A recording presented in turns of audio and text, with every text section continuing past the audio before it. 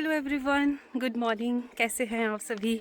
तो चलिए जी, स्वागत है आप सभी का फिर से एक बार मेरे नए व्लॉग में।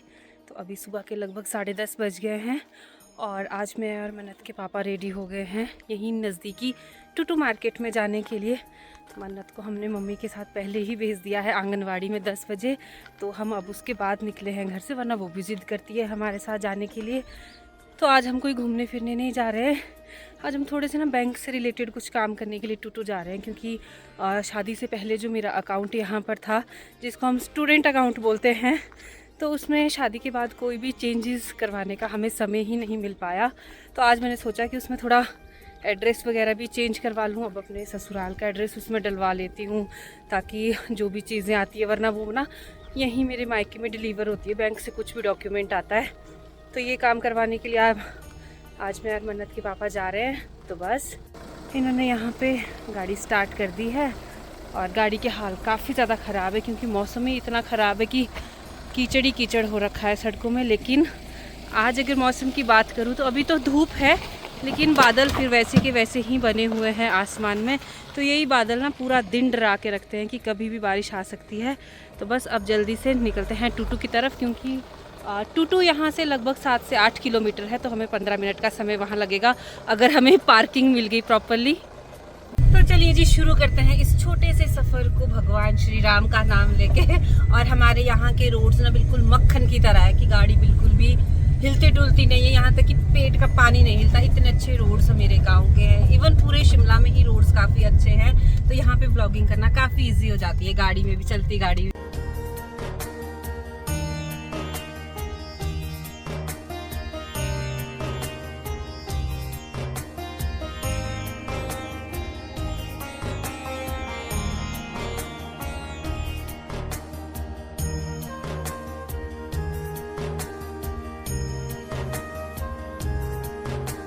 Hours later. ठीक है। नमक वार डाल करनी है, जय करनी है, धन्यवाद ठीक है, करते हैं भला ना। ठीक है। पापा बस, पापा को जय कर दो। काहे में बिट्टू ओए याले हमारे को तो इसकी टेंशन नहीं होती भाई, कहीं बोर तो नहीं रहा है ना, मेरे नानी नानी रखा हुआ है।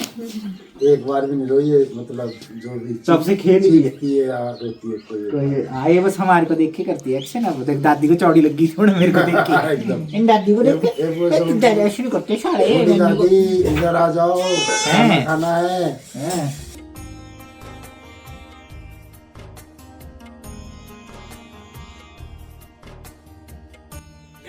तो चलिए जी, हम लोग भी पहुंच गए हैं अब घर, और यहाँ पे आके हमें पता लग रहा है कि हमारी मन्नत ने इनको बिल्कुल तंग नहीं किया। मतलब कि सारी शैतानी सिर्फ मम्मा पापा के पास है ना। खाना खा लिया आपने मन्नत? ठीक है, अब मम्मा पापा भी खा ले। क्या बनाए? नहीं, आपने और नानी ने क्या बनाया हमारे लिए?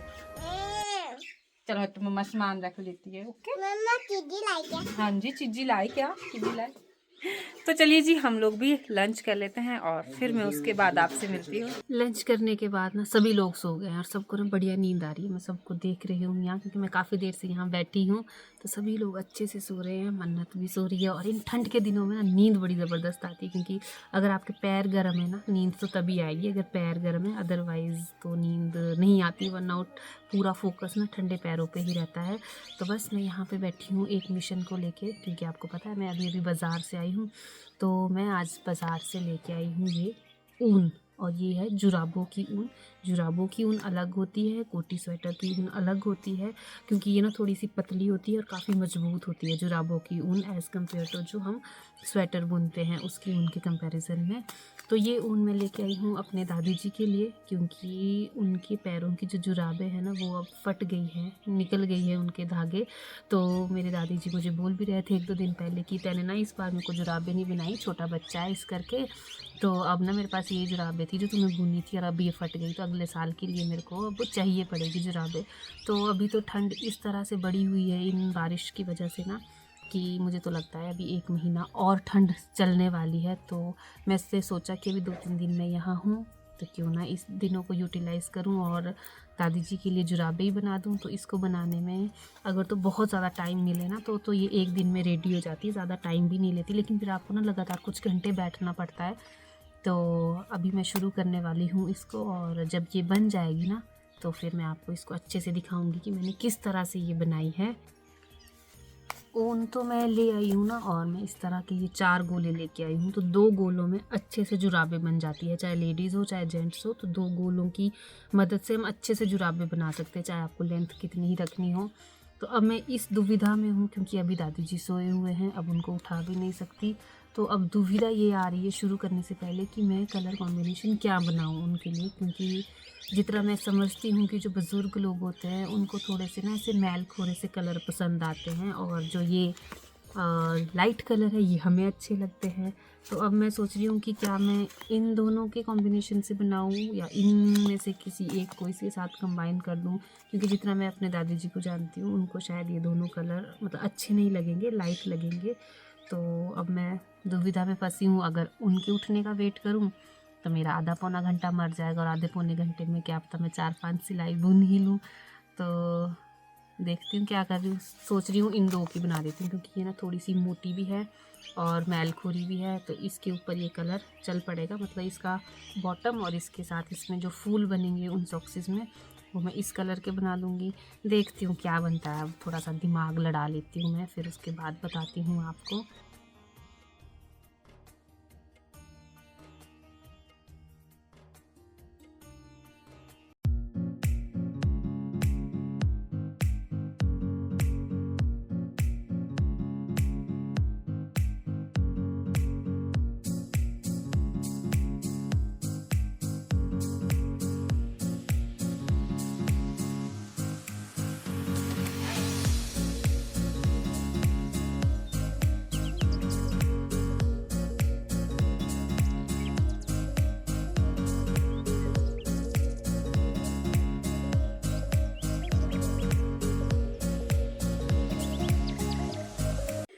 तो चलिए जी, अब थोड़ी ही देर में शाम भी होने वाली है, और ज़्यादा तो इसलिए लगता है क्योंकि आसमान में बादल रहते हैं तो लगता है कि जल्दी ही शाम होने वाली है। तो अभी मैं और मन्नत जा रही हैं मम्मी के साथ अपने खेतों की तरफ, ताकि गाय के लिए थोड़ी बहुत हरी पत्तियाँ भी लेके आएँ और मन्नत को थोड़ी सी आउटिंग भी करा के ले आती। मैं, मन्नत और नानी जा रहे हैं घूमी करने। Okay okay.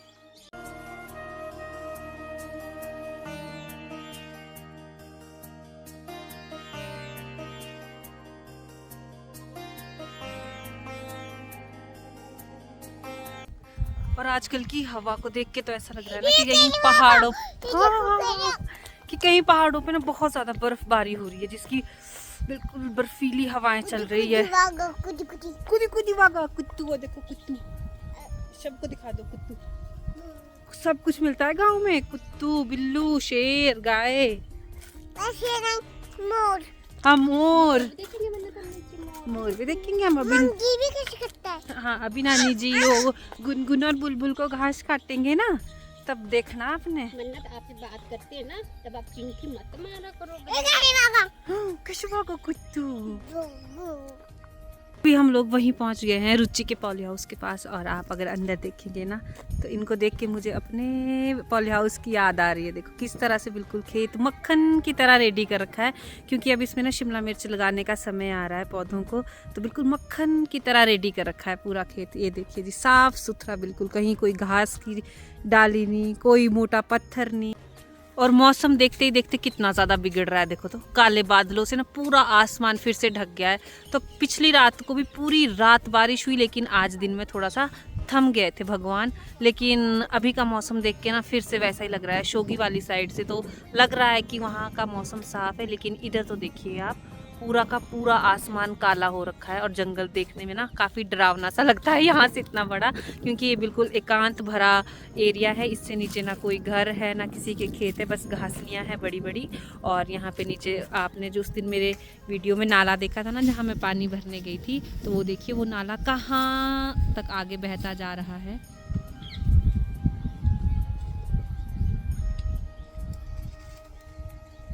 और बिल्कुल सूर्यास्त भी हो चुका है, तो वहाँ सूर्यास्त की लालिमा थोड़ी थोड़ी सी अभी दिखाई दे रही है, लेकिन ये भी थोड़ी देर में इन काले बादलों में ढक जाएगी। तो बस अब इंतज़ार है इन दोनों के इसको समेटने का कि कब ये दोनों फ्री होंगी, उसके बाद हम लोग घर की तरफ जाएंगे। और थोड़ी सी देर में ना भैया ने भी आग जला दी खेत में, जो इन्होंने खेत साफ़ किया हुआ था। तो क्या होता है कि आग की आग हो जाती है सेकने को, और खेत का जो कूड़ा कचरा होता है वो भी जल के राख हो जाता है।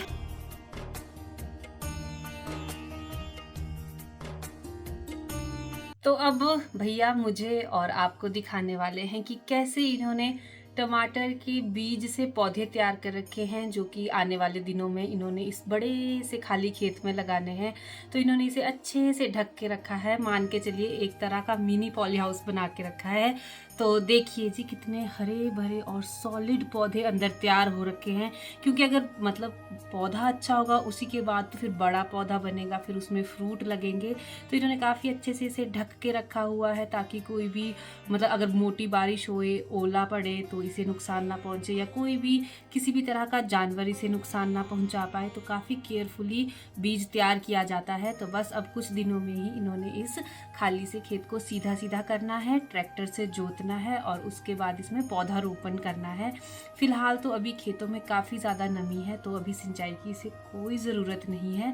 और चारों तरफ आप नेट देख ही रहे हैं कि ये वाला काम तो इनका हो रखा है। तो इसके अंदर तो कहीं से भी कोई जानवर एंटर नहीं हो सकता, वरना छोटे छोटे से जानवर होते हैं जो कि जंगल से आते हैं और इन पौधों को नीचे से ही काट देते हैं। तो काफ़ी पौधे तो इसमें मरने वाले हैं, और भैया बता रहे हैं कि इसमें कम से कम ना 4000 पौधे तैयार किए हैं इसमें, लेकिन खेत में 3000 से 3200 पौधे लगेंगे। तो बाकी फिर मतलब डाउट के लिए रखे जाते हैं कि अगर कोई पौधा कोई जानवर काट दे या सूख जाए तो फिर वो एक्स्ट्रा पौधे उसमें लगाए जाते हैं। तो देखिए जी कितना मेहनत भरा काम होता है, और बाज़ार तक सब्जी ऐसे ही नहीं पहुंच जाती, उसे कहीं स्टेज से होके गुजरना पड़ता है। तो यहाँ देखिए ये आप मोटर के पॉइंट देख ही रहे हैं, और जो सीमेंटेड एरिया आप देख रहे हैं ना, तो डेफिनेटली इसके नीचे एक अंडरग्राउंड वाटर टैंक है, जिसमें से ये वाटर खींचता है मोटर ऊपर, और ये ड्रम भी यहाँ पे रखा हुआ है। तो ये ना हर किसान अपने खेत के पास रखते हैं, ताकि जब भी स्प्रे के लिए दवाइयाँ घोलनी है पानी में, तो एक बड़ा सा बर्तन होता है, इसमें घोलने के बाद फिर पंप भरे जाते हैं और खेतों में स्प्रे की जाती है। तो जीवन जो है वो मेहनत भरा सभी का होता है, लेकिन एक किसान का थोड़ा ज़्यादा होता है, क्योंकि मतलब एक सट्टा जिसे कहते हैं ना, वैसे ही किसान का मेहनत होता है कि पता नहीं लास्ट में फल मिलेगा कि नहीं। और ये जो आप पत्थरों के ढेर यहाँ देख रहे हो ना बड़े बड़े, ये सारे पत्थर इन्होंने अंदर पॉली हाउस से निकाले हैं, तब जाके वो मिट्टी इतनी साफ़ हुई है। और ये जो आप छेद दिख रहे हैं, ये है इन बांस के छेद, क्योंकि अभी जब टमाटर के पौधे लगेंगे ना और थोड़े बड़े होंगे, तो इन बांस को लगाकर उसमें हल्की हल्की रस्सियाँ बांध कर फिर पौधों को सपोर्ट दिया जाता है। क्योंकि जब टमाटर लगते हैं ना, टमाटर के गुच्छे जब लगते हैं तो वो वेट पकड़ती है डाली और फिर टूटना शुरू करती है। तो उस समय के लिए इसमें काफ़ी अच्छा बंदोबस्त रखना पड़ता है। ये इन लोगों को तो करने देते हैं इनका काम, तब तक मैं और मन्नत वहाँ पे स्टोर रूम में बैठ जाते हैं। तो अभी मैं आपको ना इनका थोड़ा सा स्टोर रूम भी दिखाती हूँ कि गांव में स्टोर रूम कैसे होते हैं खेतों के पास। तो स्टोर रूम के बाहर ही इन्होंने एक स्पीकर भी लगा के रखा है, जिसमें अभी भी भजन चल रहे हैं, लेकिन मैंने बंद कर दिए। और मन्नत को मैंने अंदर बिठा दिया है। तो यहाँ पे इनके बैठने के लिए भी अच्छी व्यवस्था है, कुर्सी रखी गई है, और जहाँ मन्नत बिठाई है वहाँ पे सोने के लिए व्यवस्था है कि अगर काम करते करते थक जाए तो इंसान सो भी सकता है। और ये देखिए जी मोर पंख, क्योंकि यहाँ मोर बहुत ज़्यादा होते हैं तो उनके पंख नाचते समय टूट जाते हैं, तो ये इकट्ठा करना मुझे भी काफ़ी पसंद है। और ये देखिए सारे औजार अच्छे से लगाए गए हैं, जिसमें खिलना है, फरवा है, बेलचा है, और शिमला मिर्च पैक करने के लिए जितनी भी क्रेट्स चाहिए होती है ना, तो उसमें से कुछ इन्होंने देखिए यहाँ पे स्टोर करके रखी गई है, प्रॉपर अच्छे से पैक करके रखी गई है, हर एक चीज़ को अच्छे से संजो के रखा गया है। तो सामान का सामान इसमें रखा जाता है, रेस्ट का रेस्ट इसमें हो जाता है, और बहुत सारा सामान इसमें सेफ रहता है, बार बार घर से लाने की आवश्यकता नहीं होती है। तो स्टोर रूम का तो ये भी फ़ायदा है, और इनका स्टोर रूम काफ़ी स्पेसियस भी है प्लस साफ़ सुथरा भी है। दरवाजे में इसी तरह की एक कुंडी लगी हुई है जिसमें ये ताला लगाते हैं शाम के समय, ताकि किसी तरह की चोरी का डर ना बना रहे, क्योंकि भाई चोरी करने वालों का पता नहीं चलता, वो औजार भी लेके चले जाते हैं। और बाहर का मौसम काफ़ी ज़्यादा बिगड़ गया है, शाम होते होते हवा का लेवल आप इन पत्तियों की हिलने से आइडिया लगा सकते हैं कि कितनी तेज़ है। तो चलिए जी, अब हम लोगों की तैयारी हो गई है इस हरे भरे माहौल से जाने की घर के तरफ, और अब घर चलते हैं। बढ़िया सी आग जलाते हैं चूल्हे में, वैसे तो जलाई दी होगी मेरे पापा या दादी जी में से किसी एक ने, और अब बढ़िया बढ़िया सी आग सेकते हैं और शाम के खाने की तैयारी भी करते हैं, बहुत सारी गप्पे मारते हैं और इस ब्लॉग को भी एंड करते हैं। तो चलिए जी, मिलती हूँ आप सभी से कल। तब तक आप सभी लोग अपना ध्यान रखिए, और जो पहाड़ी क्षेत्रों में रहने वाले लोग हैं वो अपने लिए ठंड का बहुत अच्छा सा प्रबंध करके रखिए। ना जाने अभी ठंड कितने दिनों की बाकी है, तो जो कंबल रजाई अंदर डाल दिए हैं उन्हें दोबारा से बाहर निकालें। तो चलिए जी, करते हैं इस वीडियो को ख़त्म और मिलूँगी आपसे कल। जय माता दी।